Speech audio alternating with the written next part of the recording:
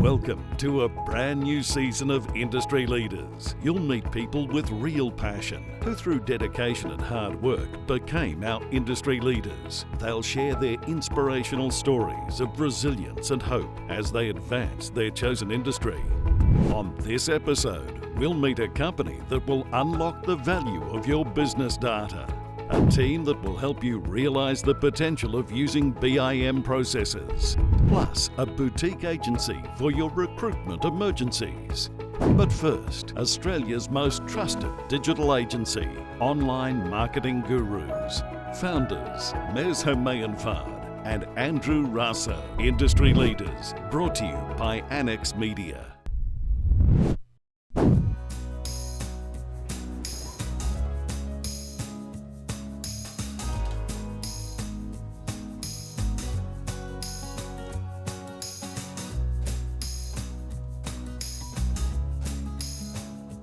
I was born in Maitland in the Hunter Valley. I spent most of my childhood actually living in Newcastle in a place called Wallsend.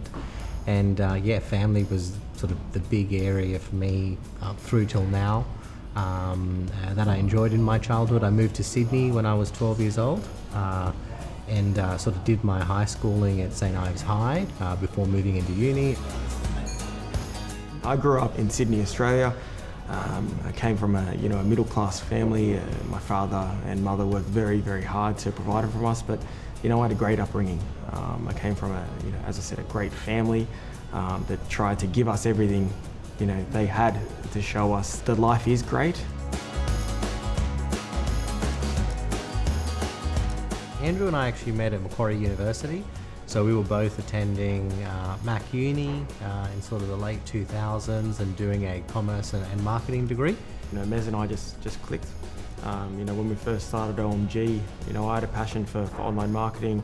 Mez was working in the same suburb as I was, and we found a passion for business.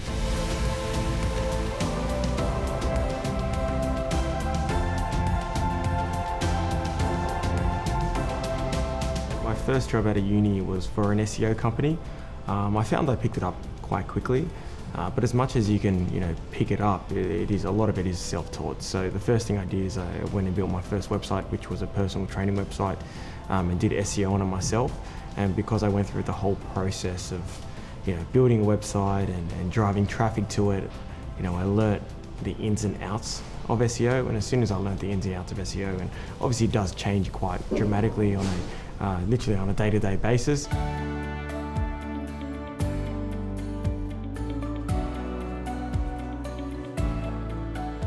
When we wanted to start the business, I was at a particular turning point where I wasn't really enjoying my corporate job and always wanted to start a business. And Andy said, "Hey, do you want to start a business in search engine optimization?" And he sent me a PowerPoint on it. So that was my first point learning about it. And sort of over the subsequent 7 to 8 years, we've learned a lot over it.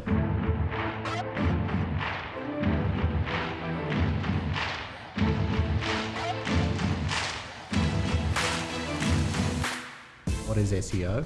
It's the process of actually optimizing websites so they show up more prominently within the search engines for the right types of keywords. So we work with everything from small businesses through to really large enterprises. So we help actually devise a strategy to understand how are their customers looking for them online, and then actually building out a strategy to build up their placements within the search engines within those organic listings.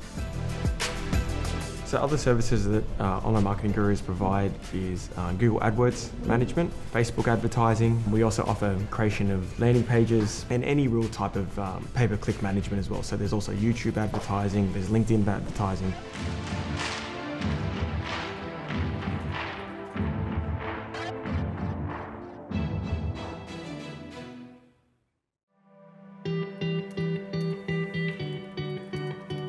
So before starting Online Marketing Gurus, I was actually working in software sales. So I was doing that for about 2 years. And prior to that, during uni, I had my own business on eBay. So I was selling actually, funnily enough, projectors and car parts to sort of pay my way through uni. And before that, I was actually working in my family's Persian rug business, funnily enough. So I've picked up a real love for Persian rugs as well. So something not a lot of people know about me actually.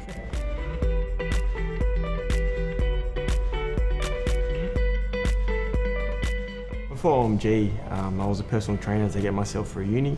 So waking up at 5 o'clock in the morning, going training someone at the park for $18, getting by, it showed to myself that I was working hard.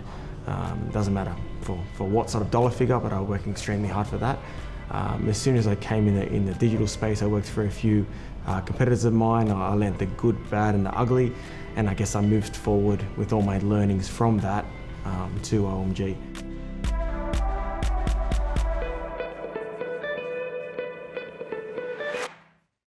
Some of the obstacles we faced initially when starting was we didn't start with any working capital. When we started, it was $500 each. And, we used to move our car around every 2 to 3 hours because we couldn't afford a parking spot. So starting with literally, sort of 1,000 parks, was difficult. And initially that created obstacles because we really had to bootstrap everything we were doing. But I think through overcoming that, by focusing on our product, we now have a much, much stronger business.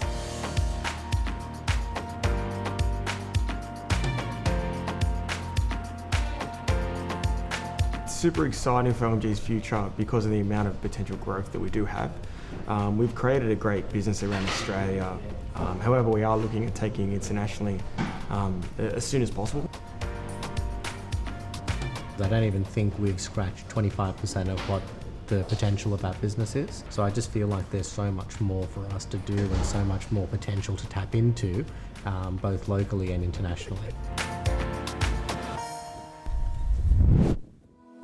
Coming up on Industry Leaders, another women in leadership success story. So, if your organisation needs help finding good people, meet award-winning Mayday recruitment founder and director Imogen Story, who'll find the best people and really quickly.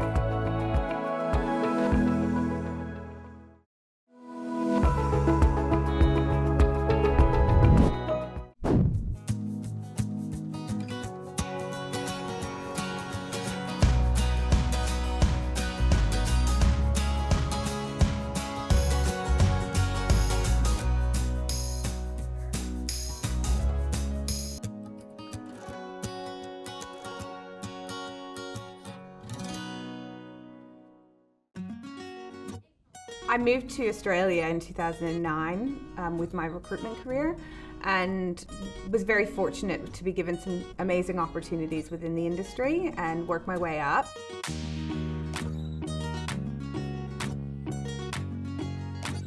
My business partners and I all met 10 years ago. We worked at a company called Julia Ross, which was a pretty big brand in Australia at the time. We all worked together for a number of years and eventually Julia Ross sold the business to another organization. We all moved on, went to different companies and ultimately became competitors.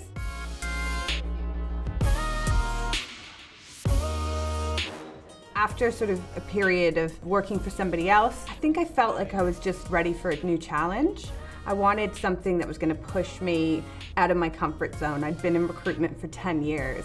So I contacted Kat and Joe to see if they'd be interested. We had very different networks at the time and different industries that we worked with, and I thought it would be a good combination.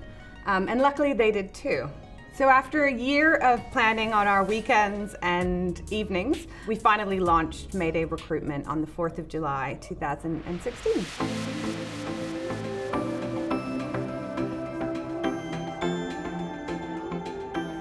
We identified there was a gap in the market. There was two main things we wanted to focus on. One was bringing back the care factor to recruitment, and the other being an employer of choice.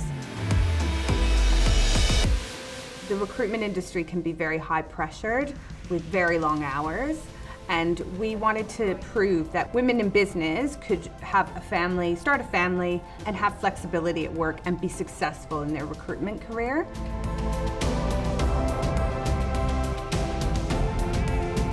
Mayday work with organizations from small startups right through to big blue chip organizations. We recruit across mostly shared services spaces, so finance, marketing, HR, and administration.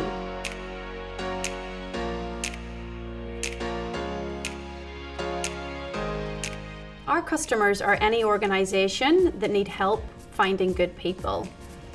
Our point of difference is that we'll find them the best people and we'll find them really quickly.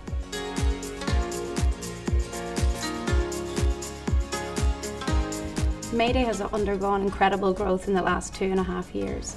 Since we opened in June 2016 to today, we've grown from our 3 founding directors to a team of 18 people. I feel like everyone has experienced that horrible Sunday night dread of not wanting to go to work the next day. And we wanted to create an organisation where people would never have to feel that feeling, that they would look forward to coming to work on a Monday, they'd feel excited about the people that they were working with. More than anything, they'd feel supported by their leadership.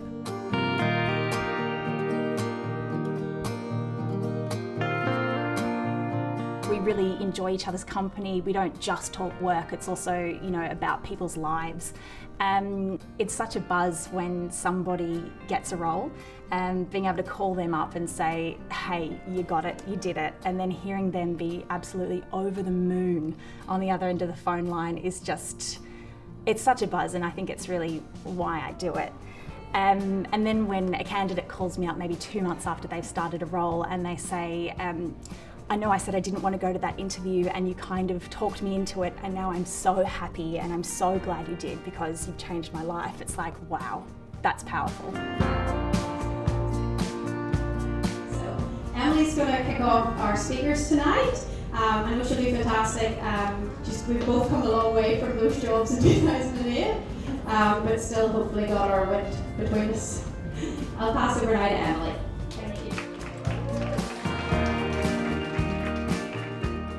Both Emily and Vanessa actually walked through Mayday doors looking for jobs, but we very much believe that as great recruiters, you always take the best talent for yourselves, and we did. Neither of them had recruitment background, but we saw something in them. For us, hiring based on attitude is so much more important than experience. So now 2 of our top team members are 2 of the top recruitment consultants in Australia.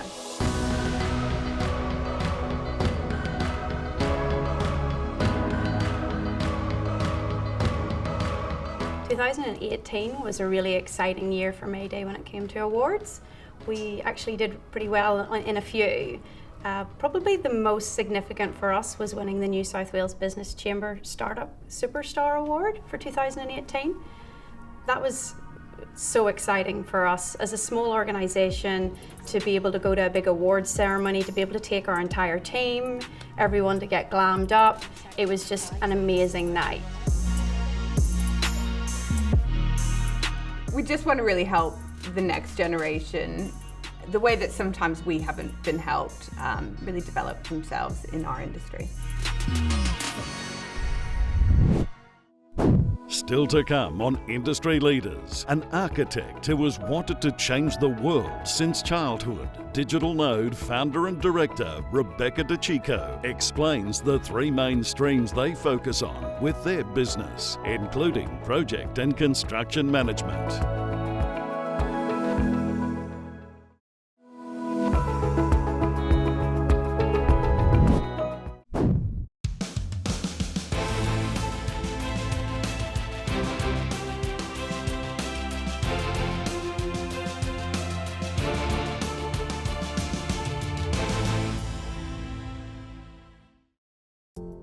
I grew up in Adelaide, and Adelaide's a great place to grow up in. It's a small city. We've got a great big Italian family. I had a great childhood. I was really interested in digital at a young age, so growing up and being a bit of a geek, a bit of a tomboy, loved getting my hands dirty as a builder or as a construction person. Now I look back and I think, this is exactly what I'm supposed to be doing, so I was always really interested in building things, as a young girl.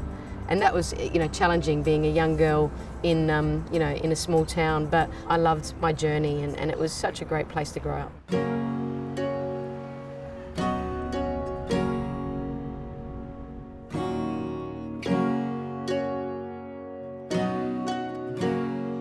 I was very much focused on being a professional from as early as I can remember. So I think, maybe being 8 or 10 years old, I remember thinking, I'm going to do something, I'm going to change the world. And, obviously I'm not going to change the world, but I'm going to try really hard to be remembered. Being, I guess, closely involved in a family which came from the construction industry, my father being involved in the construction industry, I wanted to be an engineer or an architect from a very young age.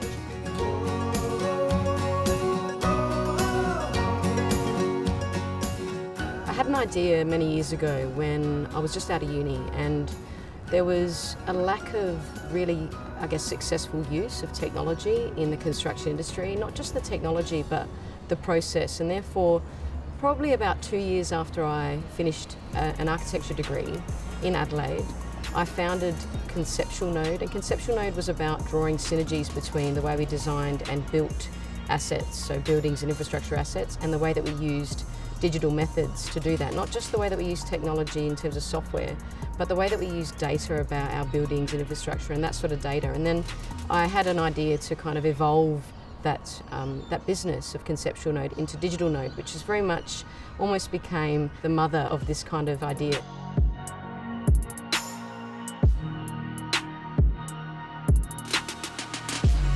There's a lot of research out there that suggests that we require digital twins of every single asset that exists all over the world. A bridge, a car, a boat, whatever that asset is. BIM is about ensuring that we have that process in place to be able to digitise those assets and having a digital twin or a digital version of an asset to be able to access the data when it's required.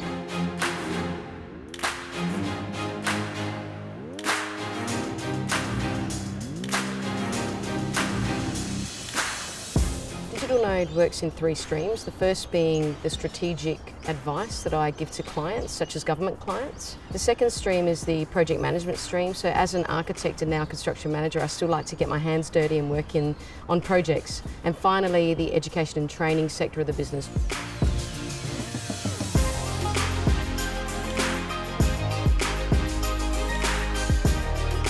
In 2006, I moved over to the UK, and when I moved to London, I was very much looking to extend my knowledge in architecture and design.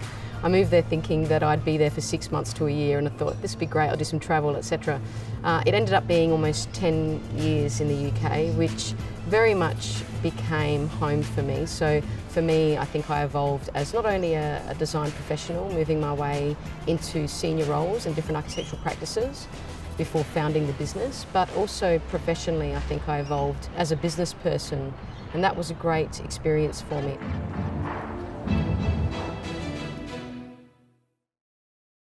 I loved computers. I remember my first computer was a Commodore 64, don't judge me. And it was a great journey for digitisation of things. So some of the programs that I used when I was very young, I think affected the way that I now respond to technology and construction. So yeah, I loved building things, but always being digital. So I always loved the digital side of it.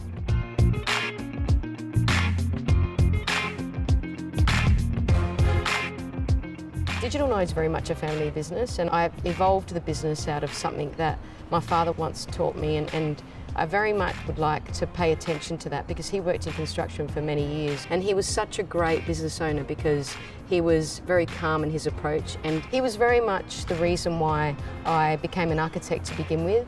So Nicole, as a sister, and even I've got a large family network. Having a family business and keeping grounded was very much part of that mentality for me. I manage and run a group which is called Women in BIM, and we have over 800 members all over the world. And the reason that I created that group was to basically allow women to have a repository in construction and digitisation of construction, the BIM space. And also, finally, the most important part of women in the construction industries is leadership. Promoting and encouraging and nurturing women in that space to stay involved in construction and then evolve themselves in leadership positions was so important. The next step is just continuing to grow the business in different regions of the world and having opportunities in different regions of the world. So I'd like to evolve that and continue the journey in that way.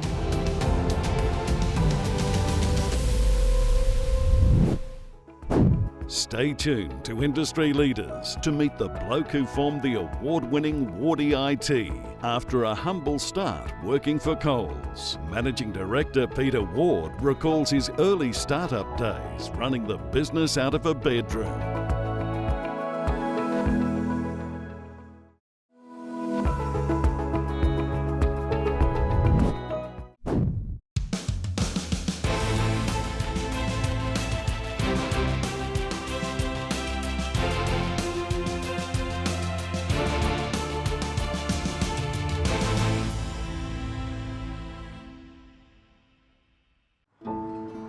born and bred on the north side of Brisbane and still live on the north side today. Day to day for me is very much revolving around my 19-month-old daughter. I like to start early, and so does she. So it's always nice to be able to start my day with her on my laptop and a nice cup of coffee. My day then normally revolves around popping into the office and really driving the evangelism of our organisation.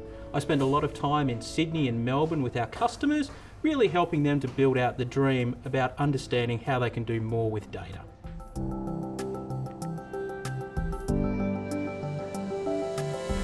Yeah, so as a youngster, I was far from a digital native. In fact, my parents bought our first computer. It was a 286. It was second-hand when I finished grade 10. So that way I had a computer for grade 11 and 12.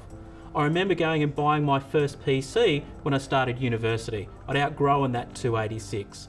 I still remember the sounds of the modem as it actually ping and beep, and someone would pick up the phone and all of a sudden disconnect as that MP3 was being downloaded at that point in time. I think I spent $6,000 on that first PC today, which was now probably the same power as my Apple phone in my pocket.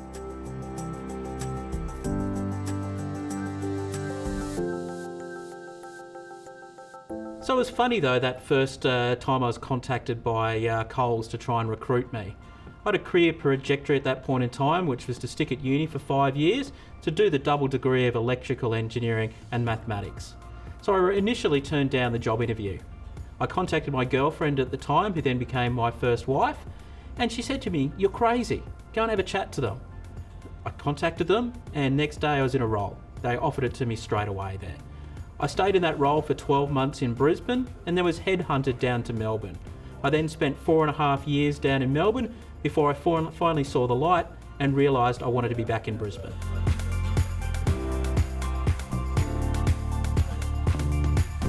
And when I moved, I didn't really know what I wanted to do. So as you do, you started your own business, and hence Wardy IT Solutions was formed.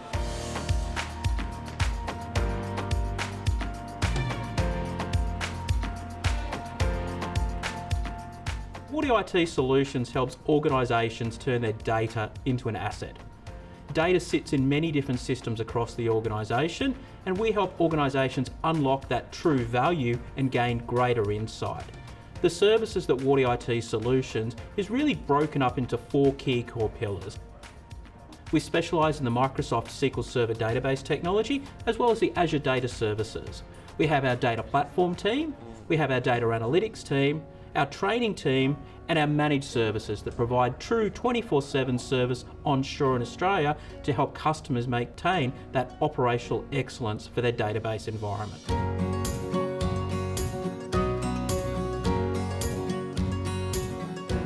Customer CS is very unique. Some might say it's one throat to choke, but we see it's the ability to work with a customer through the entire life cycle of data. Wardy IT Solutions is unique in the fact that we deliver each of those core service offerings and are incredibly good at it.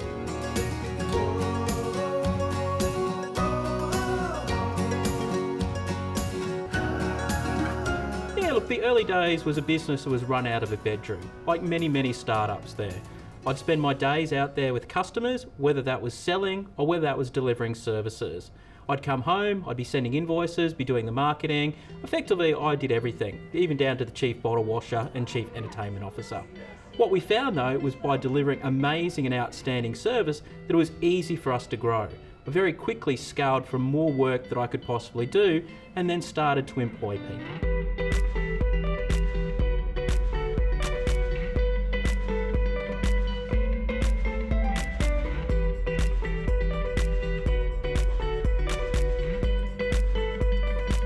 Really for us, community is not just about being able to give back from a technical perspective.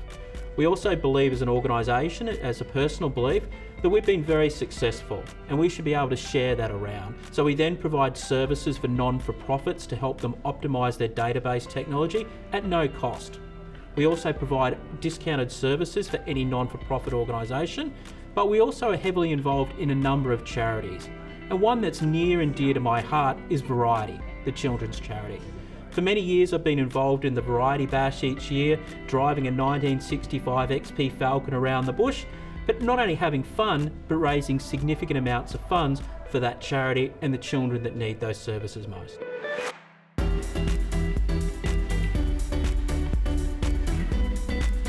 Some of the guys who were with us in the early days, we're lucky enough to have people that have just celebrated 7 years with Wardy IT Solutions. They all joke about that first year. We moved office 3 times in 1 year because we continued to outgrow that office. And that's been a foundation that we've continued to accelerate over time around growth. We're a business that was born and bred in Brisbane, but we've now expanded across the east coast of Australia, but also now entering international markets in the US, as well as also in the UK as well.